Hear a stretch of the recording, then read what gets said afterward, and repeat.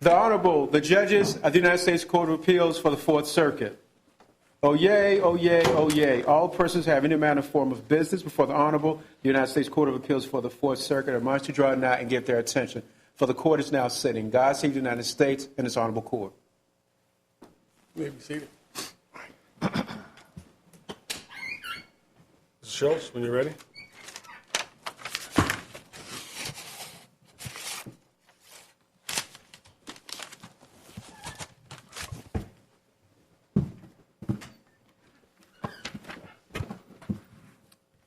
Good afternoon, and may it please the court. I'm Dave Schultz. I'm here on behalf of the petitioners in this mandamus action, and with me today in the court is my partner Kate Bolger and Sean McGinley. We represent four news organizations who brought this petition for mandamus, and one nonprofit that supports public radio in the state of West Virginia.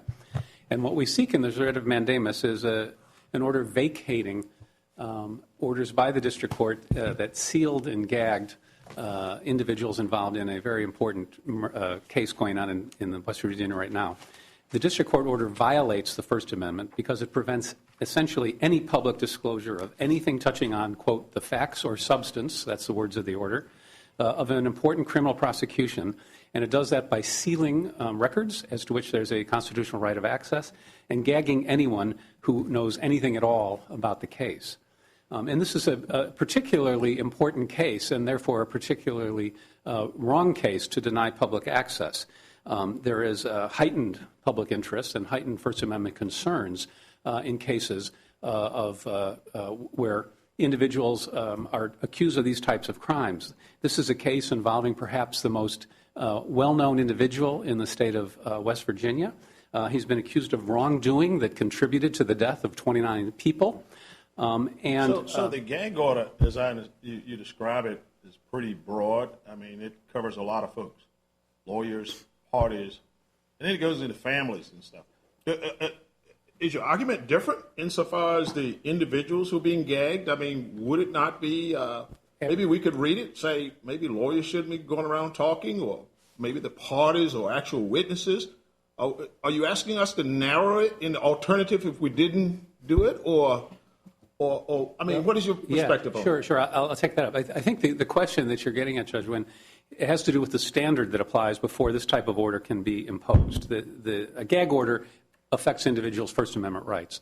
There is a long line of cases in this circuit which has said that gag orders can be placed on attorneys because they're officers of the court under a standard of a reasonable probability of prejudice to the defendant's fair trials right. It's a lesser standard. This order goes beyond that. It's not just it's not just lawyers, and it's not just parties who are closely aligned with the lawyers. It goes to witnesses of the crime. It goes to victims of the crime. It goes to families of victims, and anyone who potentially has information that might be relevant to the case. That was the point.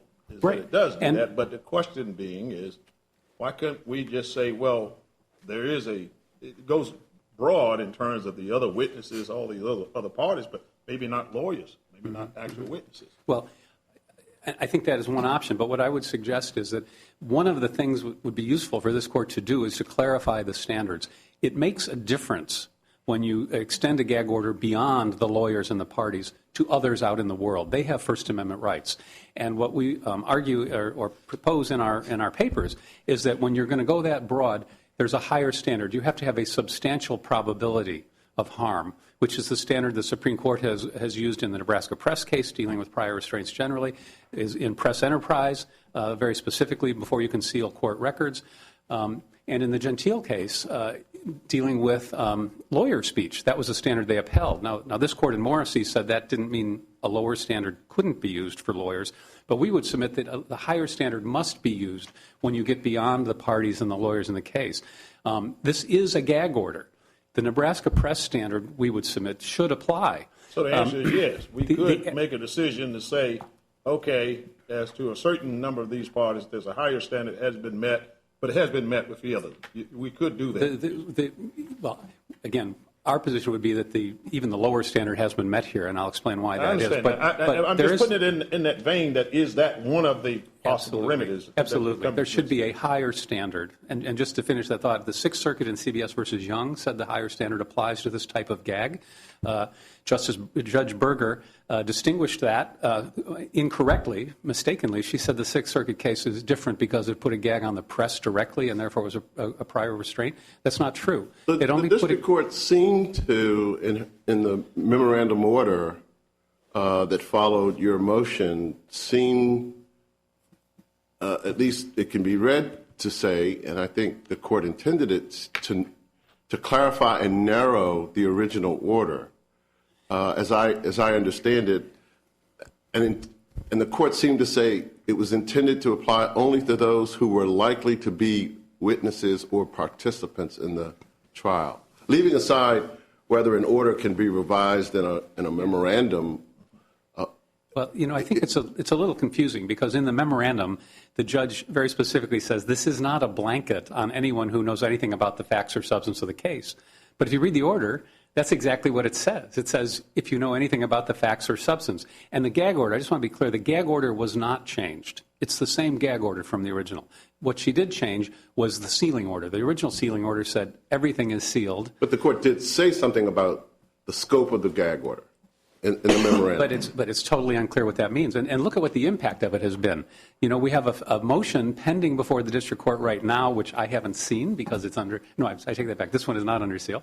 But that motion specifically says that there are victims of family members out there who believe that under this order, they are barred from going to the state legislature, to offering testimony about changes in state law dealing with mine safety.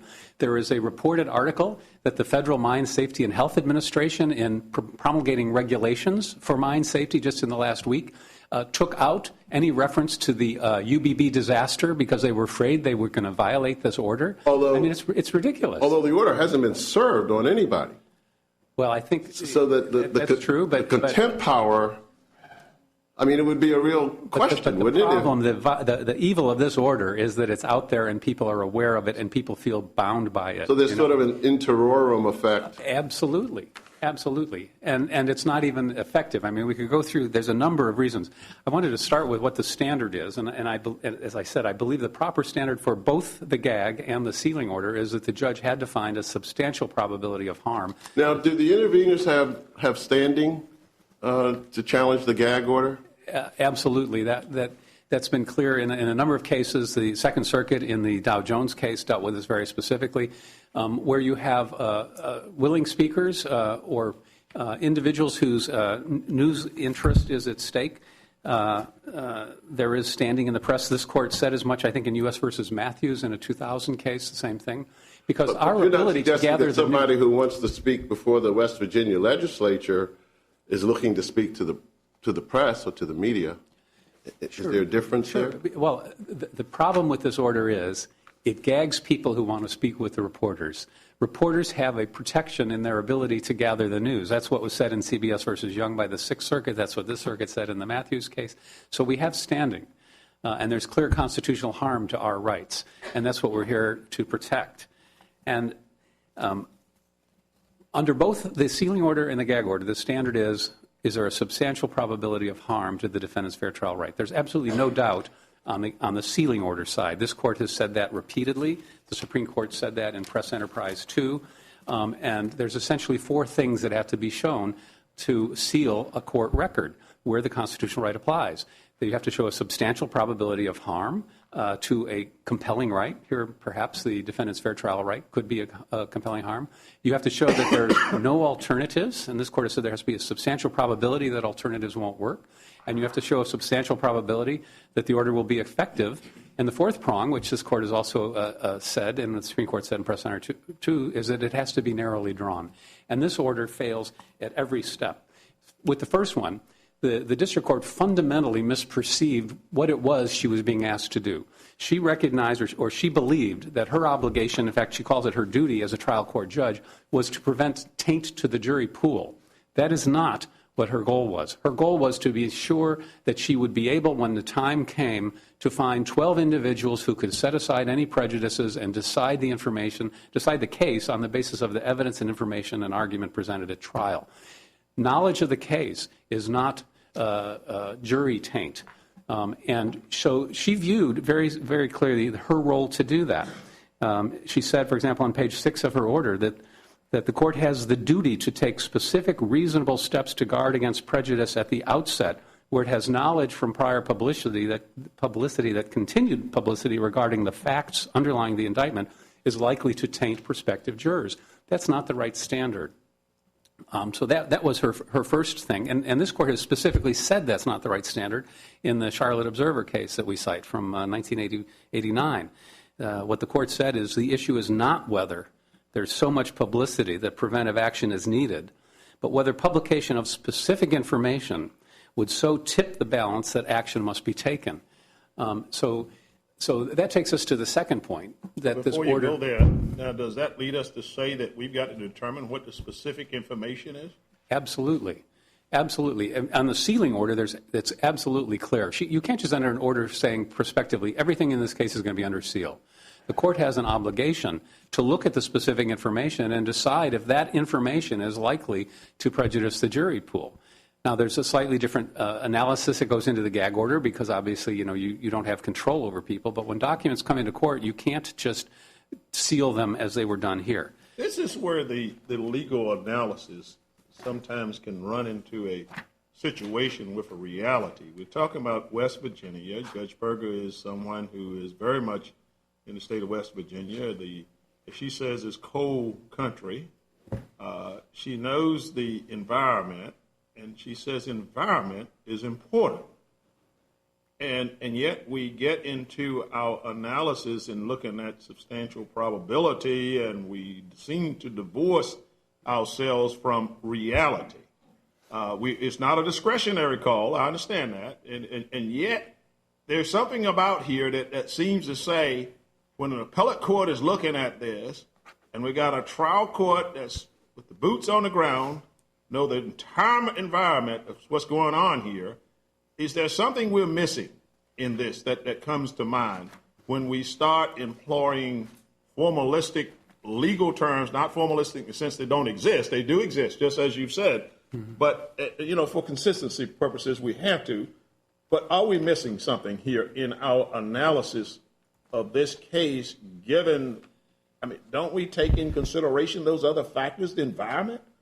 I think that it's appropriate to take into consideration the environment that the court is operating, certainly. The problem is what the district court didn't do was take into consideration the scope of the public's right here. She didn't view that as important. She viewed it as subsidiary, and that's just wrong. And it's clear both from... Subsidiary to a defendant's right to a fair trial. Absolutely. And it's not a subsidiary right. They're co-equal rights. And the court has an obligation to take steps to try to accommodate both of those interests, particularly in a case like this. It's not just that this is a big, important man. It's not someone who a judge on the West Virginia Supreme Court has said has created a cancer in the state courts. And now you're going to have a trial where all the records are sealed? I mean, what are the people going to think about that? How is that going to promote confidence in the judicial system and fairness? That's what the First Amendment right is for. And what the Supreme Court said in Waller is that the First Amendment interests are even heightened where you have charges of official misconduct. And here, as far as we can tell from the docket, the defendant is saying there's been all sorts of prosecutorial misconduct, that the judge should be recused, all of these things happening. Access is critical in this case, and this order fundamentally misunderstands that and applied the wrong standard. And so it's not just the standard, it's how do you predict? Some of these things are predictive. It's somewhat difficult to, but what the Supreme Court said in Nebraska Press is that what you should be looking at is not just the amount of publicity, but the tone. Is it vindictive? There's nothing in the record, as far as I know, that says that the newspaper, the Charleston Gazette, has been going after this person. Is it true that you and your clients have not seen the opposition to your motion to intervene? That's correct, Judge. And that's because... I take it back. We've seen the memorandum that was submitted. We haven't seen the factual support that's cited on the change of venue motion and things like that. Right. I'm not talking about the change of venue. I'm talking about the opposition. I thought your paper suggested that you had not actually seen... We didn't. We actually have received their papers. Okay. We have. But just to finish with this point, because I do think it's important, so it's the tone, and bear in mind, too, that in the opposition that you bring up, what the defendant is saying, he's not saying that we need this because the papers are going crazy and after us. He says we need it because there are protesters carrying signs accusing me of things. We need it because there are state senators and public officials who are making statements. Well, that's going to continue. That's going to continue. This is ineffective. What's not going to happen is the public is not going to know what's happening in the trial and why it's happening and have any sense of fairness. So the order itself is not effective. And again, that's a point that this court made very specifically in the Charleston Observer case. What it said is even if pervasive publicity risks trial rights, closure as a practical matter is not effective where you have this type of publicity. What the court said there was we must be realistic about the imperatives under which a free press operates in our constitutional system. And where closure is wholly inefficacious to prevent a perceived harm, that alone makes it constitutionally impermissible. We have that here. And finally, in terms of the four-part standard, we have, that she didn't meet the standard of harm. It's not effective. She didn't consider alternatives. What the district court said is, well, jury voir dire or change of venue are not things I can do now, and therefore they're not available, which again shows she was misperceiving her obligation. She thought her obligation was to prevent taint of the jury pool. But if you step back and say, what does that mean? She's saying, I got to prevent anybody from knowing anything about this case. That can't be right. There's no suggestion, is there, that there was going to be a sealing of the courtroom? No. On the other hand, there's no suggestion that there wasn't going to be a sealing of the courtroom. Right. The court suggests in her memorandum that one of the reasons that she views this as not overly broad is because the proceedings will be open. But motions are oftentimes decided on papers. If you go to an argument and you haven't had a chance to read the papers, it means the reporting's not going to be as accurate. People aren't going to understand what's going on. And remember, they're barred from asking the reporters are barred from asking the lawyers after an argument about what happened. At the same time, if the motions are argued, what's set forth in the papers will be repeated in open court, or much of it.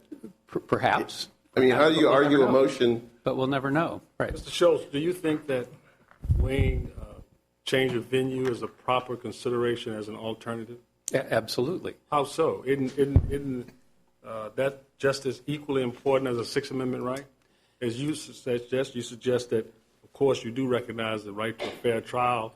And you say, and I think aptly, that First Amendment rights also, but isn't also venue? That's not just the defendant's right. The right to a public trial, not only is two parts to that, it's the right to a public trial and also a jury that's in the state and district wherein the offense occurred. In the state. I think the constitutional, I believe, is in the state. And district. Well, but in any event, the question is how do you value these competing rights? And the first question is you don't even get to a change of venue unless you reach the point that you cannot find 12 impartial jurors. There was a decision handed down by the First Circuit. I just wanted to mention that came down on Friday. Well, I understand that. Well, right. It wasn't the question whether or not you might get to that later, but the question is right now, you would agree that you can't jettison that interest right now any more than you can the freedom of press, correct? You can't just merely say, well, Judge, you can just always grant a change of venue at this point, correct? Yes, but what I'd say, Judge Gregory is right. So much of that is speculative right now, but you don't deny constitutional rights on the basis of that type of speculation.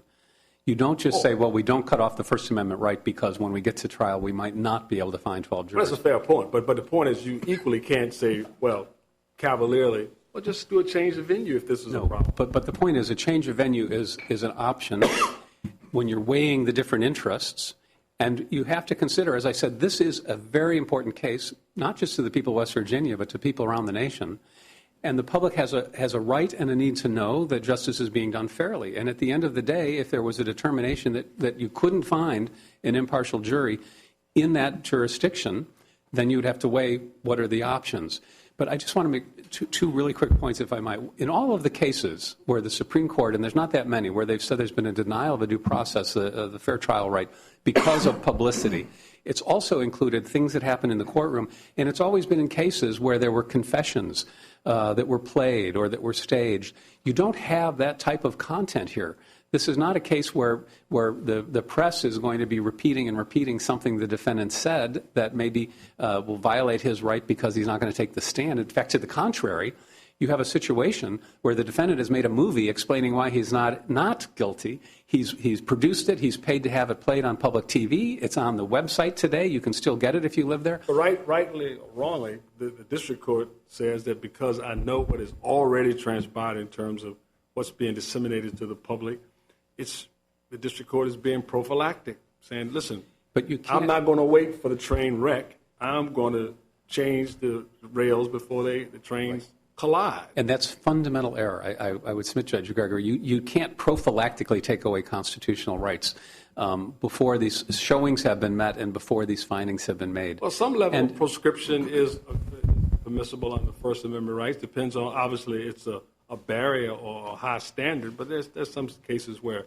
even prescription is right. Sure. And there are, as I said, when we were talking earlier with Judge Wynn, there are cases where gag orders are permissible, particularly gag orders on parties and lawyers. There are circumstances, but it's a very high standard, and that standard hasn't been met here. But this public confidence argument, which is just a part of what you're talking about, can't be as strong as you were saying it is, because the judge said ultimately, after he's found guilty or not guilty, you can release this. I mean, if there is some damage to public confidence, they'll have a chance to check it out, to see it. You know, I understand the contemporaneousness in terms of the rights to know from an access to the courts, but in terms of public confidence, that's a different animal. No, but there's a number of issues. I mean, we're not in a country where you don't tell what's going on and you never do find out. I mean, ultimately, you will find out, so that will let you know whether the public's going to have confidence in what happened. Then you get that point, but I don't want you to get hung up on it. But I just think that aspect of it is not as strong as, at least in my view, in terms of the ultimate outcome of things. But I understand the contemporariness. And I would make 2 points. One is it is a contemporaneous right, and you know, after the fact, you know, news is news when people are interested in an issue. After something's over, to go back and try to parse it apart. You're right, there's some value to that, but it is not a substitute. And even the fact that the judge said this is going to be in place, these restrictions are going to be in place through the trial, is another error. They had to narrowly tailor it. Once she picks a jury, she has control over that jury. You can't continue this all the way through trial and stop access to motion papers and everything once you have the jury. So there's many, many ways that this is inappropriate. And I just wanted to it seems to me the better argument would be that public confidence should be protected at all times, and you shouldn't have to wait until the end of the trial to get it back. Well, I think I would rephrase it, and I would just say that the public access is critical to public confidence in the courts. We don't live in a system where we have secret trials. And if you take that away, you undermine the integrity of the judicial system. And it's not just the confidence, but what the Supreme Court said in Richmond newspaper is public access makes courts function better. It prevents perjury. It avoids abuse. It lets people know what's going on. It provides a community therapeutic value. You don't have, there's a lot of inflamed emotions here. You're not going to have the same resolution of that if everything's being done on a sealed record. And just, I know my time is up. I just wanted to point out the First Circuit last Friday handed down a case, In re Jokshur Sarnayev. I've probably said that wrong. But it involves many of these same issues. It was a change of venue, not a sealing case. But they make all of the same points about the importance, the availability of jury voir dire as an adequate alternative to doing other types of things to protect the defendant's fair trial rights. It talks about all the cases where we have ample evidence that voir dire is appropriate. You know, West Virginia is a state of 1.8 million people. Beckley is a town of 37,000. In Nebraska Press, the Supreme Court said there was not sufficient basis for the prior restraint there, even though it was a murder in a town of 850. Isn't that issue still before the district court on a change of venue?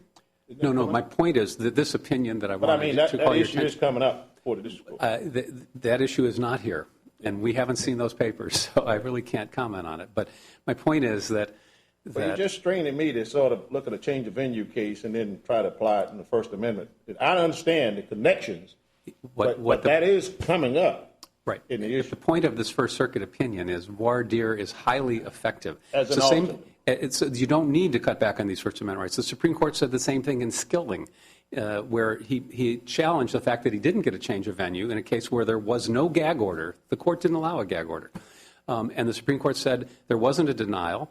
Even Justice Sotomayor, who wrote a dissent in that case, did not dispute that an effective voir dire is an appropriate way to remedy any of these harms. She just didn't feel the district court in that case had done enough of a searching voir dire.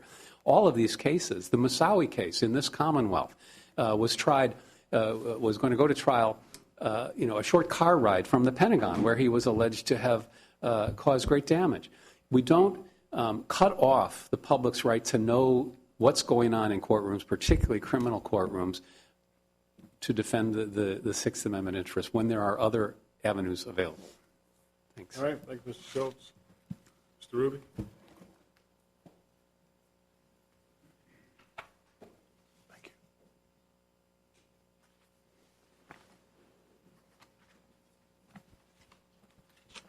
May it please the court, Judge Gregory, Judge Wynn, Judge Davis, my name's Steve Ruby, and I'm here today for the United States.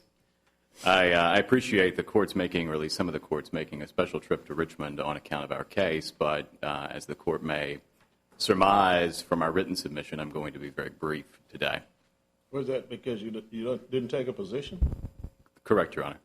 So you don't have a position on this? We don't have a position. The United States. What are you going to argue? If Not a position? Pardon, Your Honor? You're going to argue not a position? If the court will permit, I'd like to take just a brief moment and explain why the United States is not taking a position on the order, and some of that discussion may be of assistance to the court. First of all, and I'll pick up where Mr. Schultz left off, Your Honors, the precedents of this court and the Supreme Court make clear that with or without the order that's being challenged here today, we can have a fair trial with 12 impartial jurors in the Southern District of West Virginia where the crimes that the defendant is charged with occurred. The important thing is careful voir dire. Well, if you can have a fair trial, why would you have the order? Your Honor, I don't understand with or without. If you can do it without, why would you have the order? Well, Your Honor, the United States didn't seek the order. I was wondering how long it would be before you said that. We didn't seek the order, Your Honor, and as I said, we don't believe that the order is necessary. I just don't get the with or without. I mean, then you're basically saying you don't need it. It's what you're saying, because there's no with the order you can have a fair trial. I mean, with or without. I mean, it seems as though you're saying this order doesn't make any difference. Well, Your Honor, we're respectful of the balance that the district court is trying to strike here, and I think, as the judges have already alluded to, there's a balance that does have to be struck between First Amendment rights on the one hand and the defendant's right to a fair trial on the other. How did it come up? I mean, I understand it was sua sponte. Somebody had to have said something. I mean, typically the court doesn't walk in and says, I got something else I want to talk about and start in an order. The order was actually entered, Your Honor, the day, within a few days after the return of the indictment. The record says it was the next day. I believe that's correct, Your Honor. And first you heard of it was on ECF? Yes, sir. So you didn't ask for it? No, we did not. The defense didn't ask for it? The defense did not ask for it. It just sprung forth? Now, the district court has handled a number of cases, correct? Growing out of the incident that brings us here? That's correct, Your Honor. Do you think that was what the court was drawing on, sort of what was learned in these other cases, what was observed? I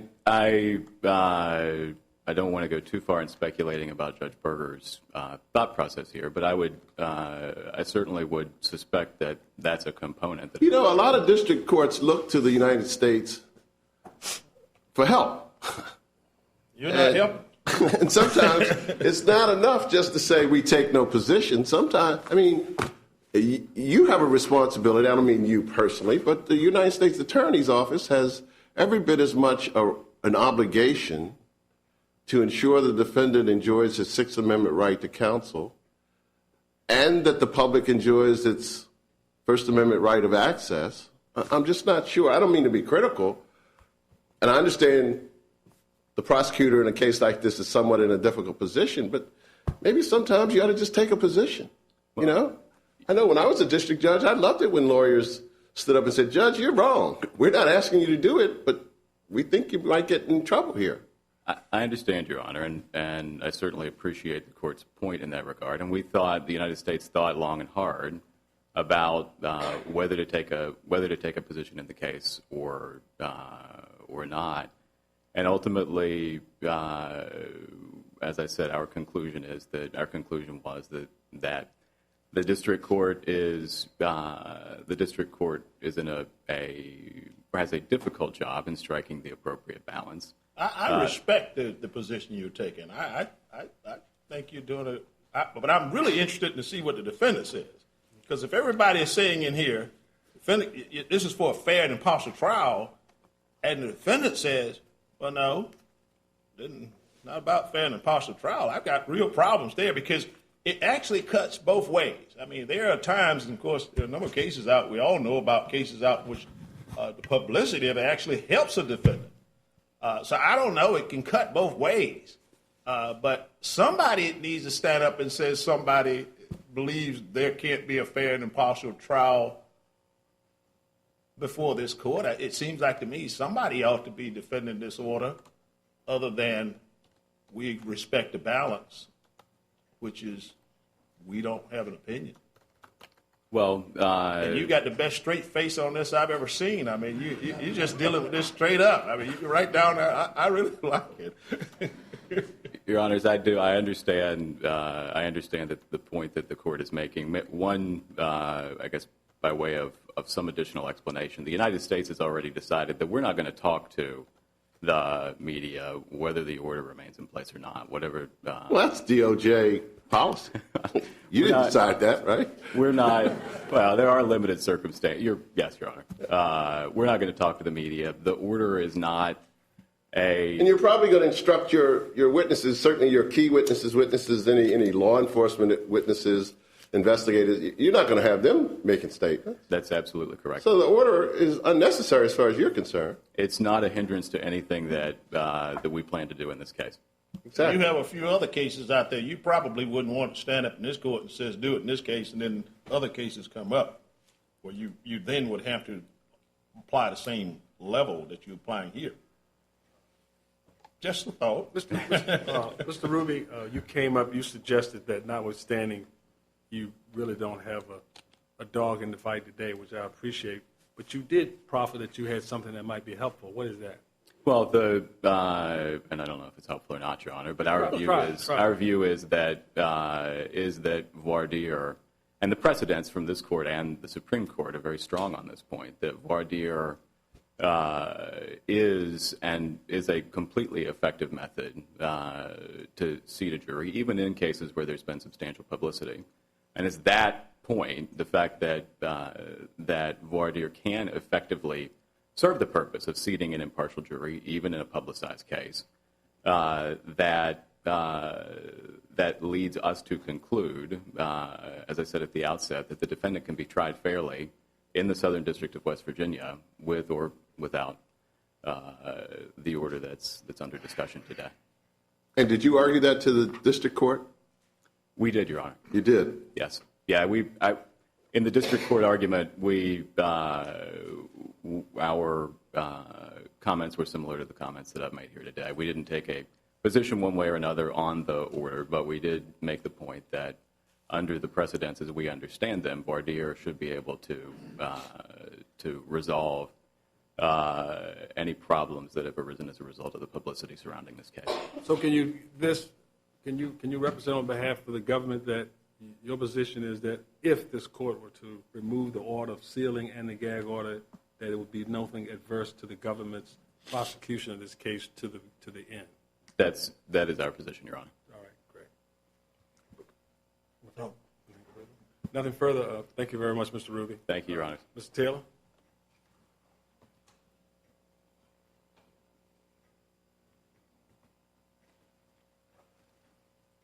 May it please the court, William Taylor for Mr. Blankenship. My partner Michael Smith has joined us in the courtroom.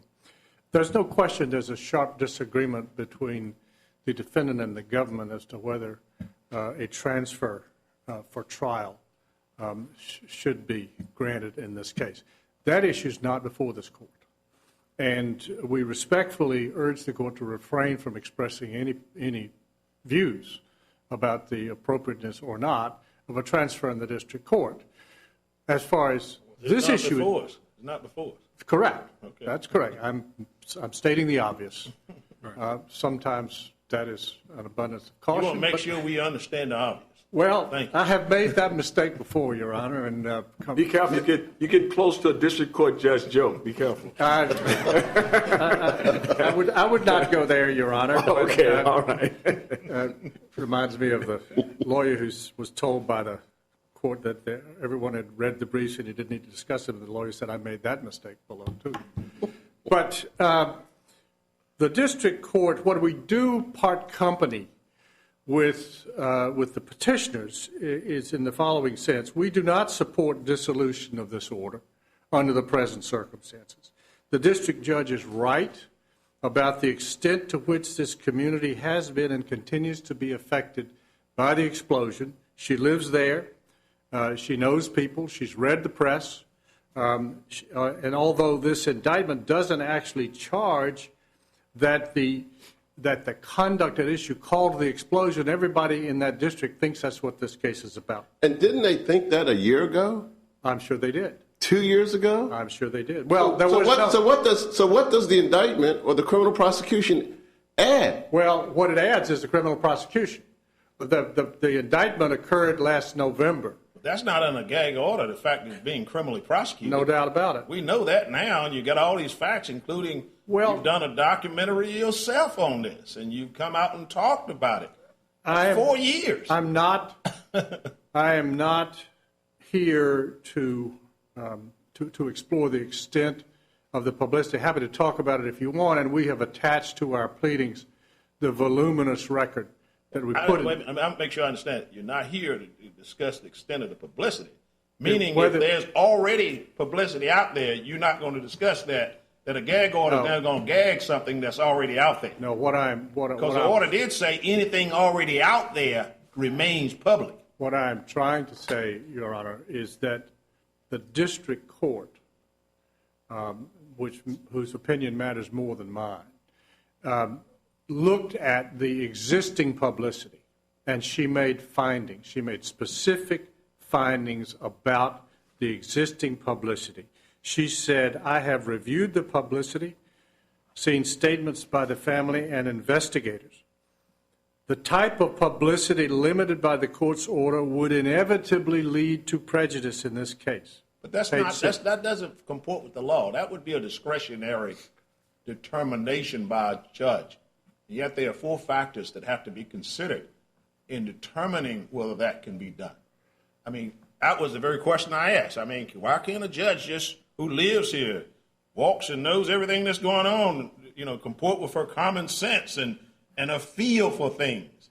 And yet there is the law in this that's pretty defined on how this works. Certainly so, but a district judge has to do what is within her power to assure fair trial. No one disputes that there is prejudicial publicity in this case. And I think... Well, I'm not so sure that's true, Mr. Taylor. You see, publicity does not equal prejudice. The cases tell us that over and over again. I don't think there's any such thing as inherent prejudice. That's the meaning of these cases, that you got to go through step by step and assess very carefully what prejudice is likely to arise in the light of the alternatives that can be undertaken. If such things as pictures of Mr. Blankenship with the word murderer underneath are the kinds of things we're talking about. We're talking about public investigations. The court referred to 4 investigations by public agencies, all of which concluded that the safety violations at Massey caused the explosion. Exactly. Been in the public record for over a year. So what I'm having difficulty with is how do you get from all of that's out there, and yet this sealing order and this gag order has the purpose of taping up people's mouths around stuff they've been talking about for years. Well, I apologize. I missed your point. What she says is at page 6, given the prior publicity, continued publicity regarding the facts is likely to taint prospective jurors. And to the extent that the petitioners argue that she did not make findings, we fundamentally disagree. Well, I think the part that you read a moment ago, using the word inevitable, I think that's, as Judge Wynn suggested, maybe he didn't mean it, but it sounds to me like a conclusion of law, much more than a finding of fact. To say that prejudice is inevitable? That is, it seems, it does, she does say that, and the deference to a district judge on a mandamus standard is substantial. If I might say, Your Honor, the petitioners criticized the district court for not making a balancing search of alternatives, for not With the help of the parties. Well, they say she didn't consider other alternatives. And I must say that argument has some force, it seems to me, that it certainly had some force as of November the 14th when it was issued and of January when it was modified. Had the district judge said, I have before me a motion to transfer, and I'm going to keep my gag and sealing order in effect until I decide the motion to transfer, then it seems to me disturbing her discretion in that regard would be quite a different question for an appellate court on a mandamus standard. And in fact, that's where we are. What we have said to this court is that is where we are. There is pending below the motion to transfer. But haven't we said, following the Supreme Court, that there is no de minimis exception to the First Amendment? I mean, you could close a court for a day. You could close court records for a week while something happens. But I just don't see how that's consistent with just decades and decades of precedent. Your Honor, the denial of First Amendment rights is per se irreparable harm. I find myself in the position of defending an order which you didn't ask for, by its terms, restricts First Amendment rights, but it is in my client's interest that order. I want to make sure I understand what you just said. You are defending an order which, by its terms, violates the No, I said affects First Amendment rights. I thought you said offends. I did. You said affects. I said affects, and if I didn't, I meant to.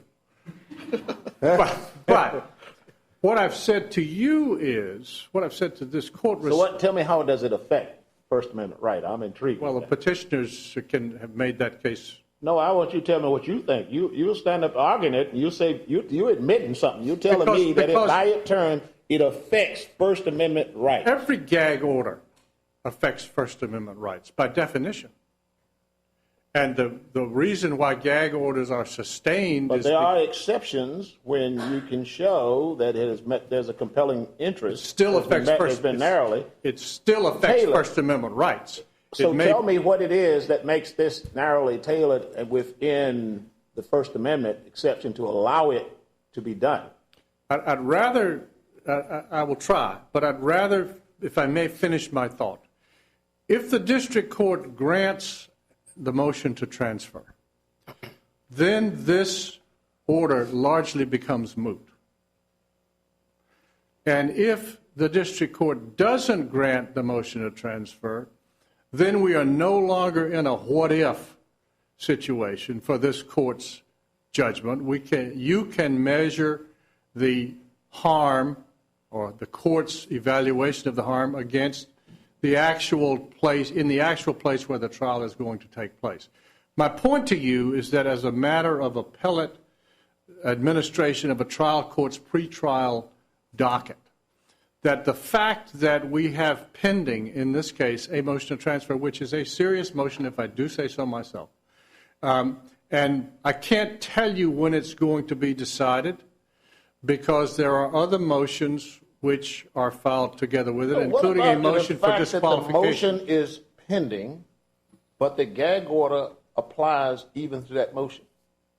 So you can't even talk, all during this time, if there are First Amendment rights that are being affected or offended or implicated or violated, one of those terms probably applies, we are to let that go on until a motion is decided? I mean, you lose your First Amendment rights until the motion is decided? I don't think I'd make that argument, Your Honor. I think But that's the reality. The reality is you're saying no need to make a decision here. Wait until the trial court makes a decision on venue. And then so what if if we assume they're being violated, there's no harm, no foul down the road. This case presents some difficult constitutional questions.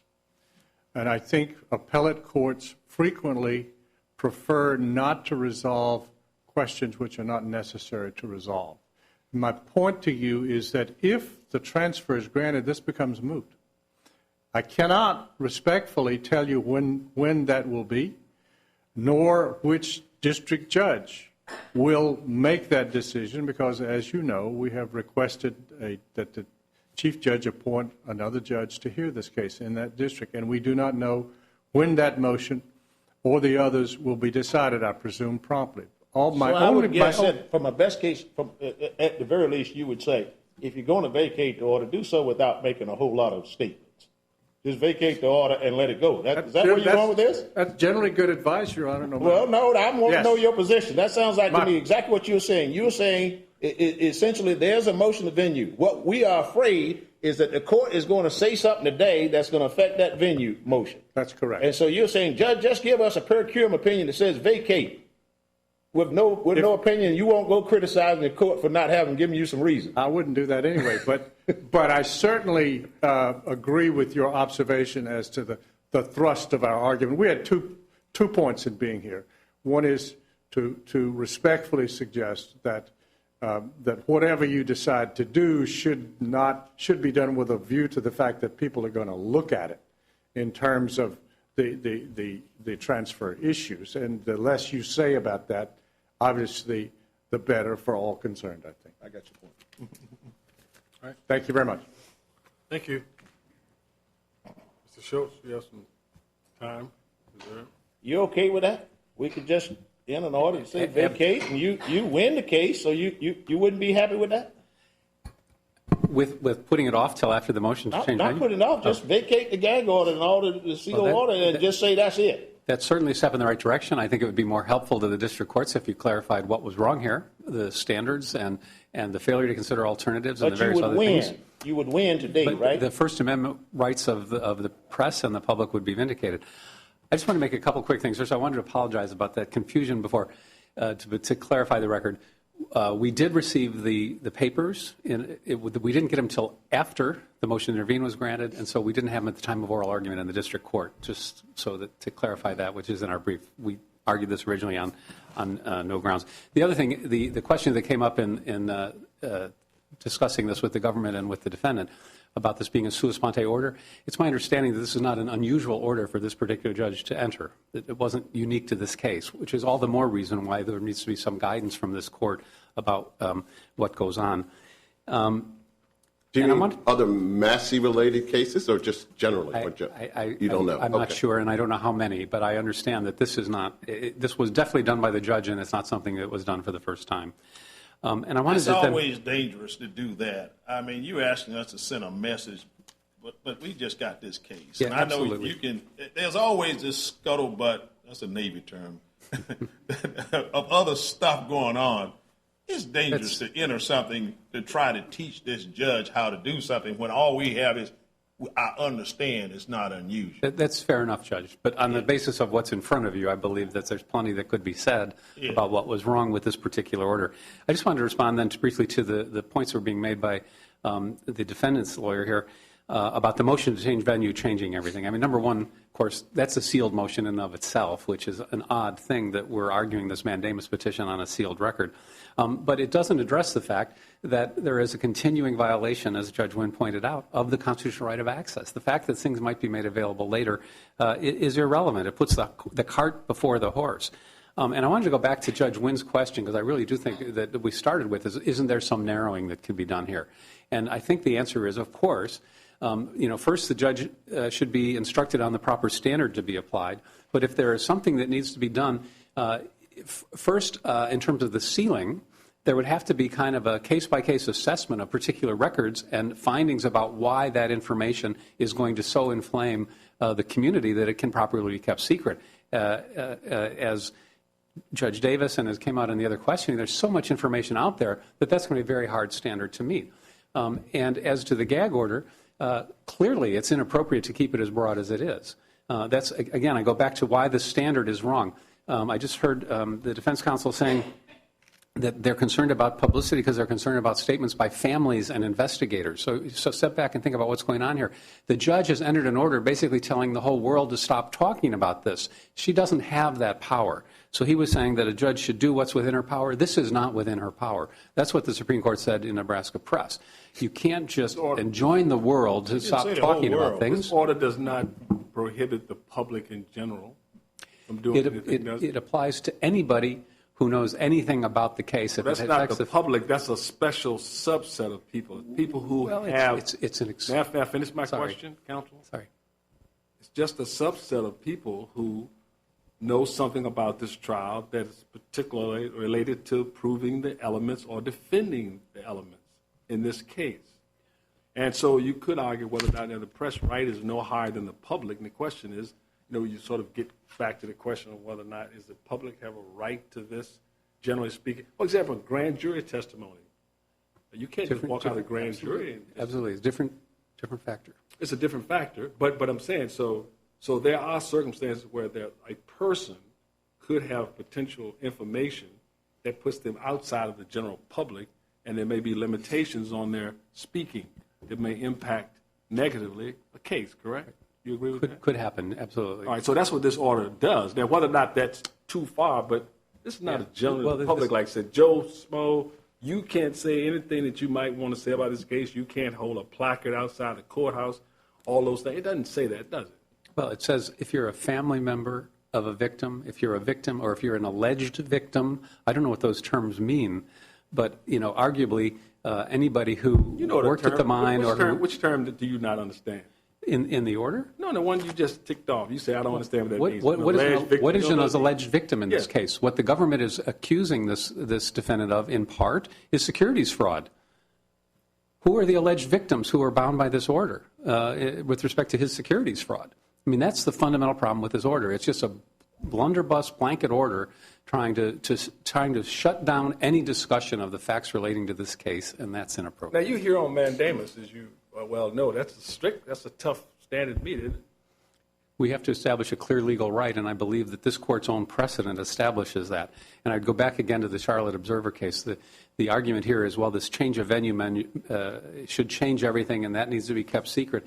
What the Court was looking at in Charlotte Observer was a sealed motion to change venue that it said was improper, and it said what the standards are. So it's here to even if there's what I heard the defendant say, there may be some reason to keep things in that motion to change venue secret. This is much broader than that. And what Charlotte Observer says is even the change of venue motion should be public. Okay. So then should we tailor it such that only the parts that you clearly would win on that we should change and the rest should stay in place? I'm sorry, Judge, I missed the beginning. Should we only look at those areas of the gag order, the seal order, where you clearly would win and tailor it down to that? Is it sort of the least common denominator type calculus then? I think that where there's a clear legal right that's been violated under the mandamus standard, that should be decided. What this Court has said is that where there are constitutional rights at stake, it's a de novo review. So I don't think you just defer to the district court. I think you have to look at the record and decide whether there is a basis for the order. And clearly, there's no basis for an order that's this broad, where there are alternatives available and where it's ineffective. It violates every one of the standards that this Court has articulated over and over again. Well, whether district court, I don't know whether, and I won't get into whether or not that ultimately will be the decision of this Court, but what it seems like the district court was trying to get at, or at least it seemed to be, is that I'm trying to get, based on what I've seen in this case, what has been disseminated, my order only goes to preventing those prejudicial matters, what she determined to be prejudicial. In other words, I guess they're tied to proving or defending elements in the case. That would be the prejudice, probative value as to proving that. So in a sense, if we say that somehow that this is only relates to as prejudice, it'd be very difficult as to practical matter. How do you police that, obviously? But that's what it seems like the district court was trying to do. And I think, Judge, that's fundamentally, while I understand the impulse, that it's misguided in this case. What she's really saying is we don't want people expressing their anger and expressing their hostility. This is not a case like those cases where the Supreme Court has been concerned about due process, where the defendant has been quoted or where you had a tape recording of him admitting to wrongdoing in ways that a jury might not be able to set aside. The issue is, are there statements being said that are so inflammatory and so prejudicial that you can't find 12 individuals in a state of 1.8 million people who could uphold their duty as a jury to decide the case as instructed by the judge on the facts and evidence?